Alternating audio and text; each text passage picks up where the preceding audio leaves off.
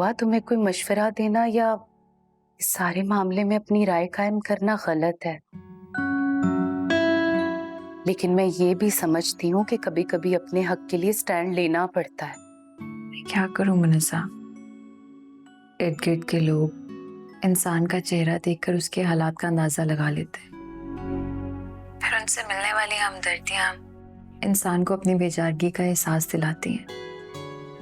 Office में बहुत सारे लोग हैं जिन्हें मेरी हालत का अंदाजा है और मैं ठीक है, मैं एक ही बात करूंगी।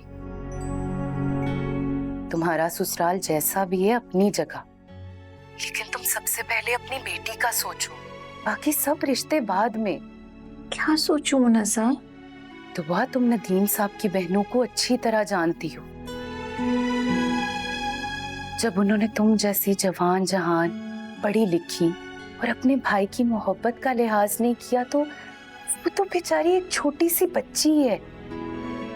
बिल्कुल ठीक कह रही हो मुनज़्ज़ा, लेकिन मुझे समझ में नहीं आ रहा कि मैं क्या करूं।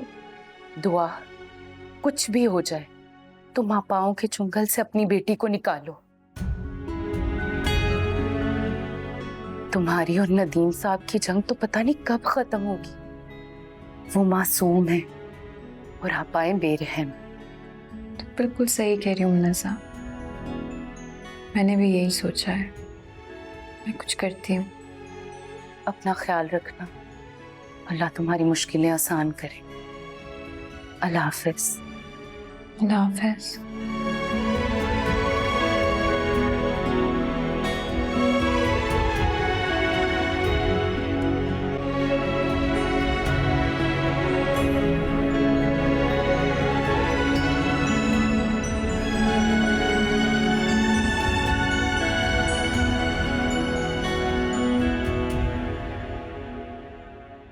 Aan Rishtoi Ki Pehchan, and if you want to watch more entertaining content, subscribe to Aan TV's YouTube channel. Thank you.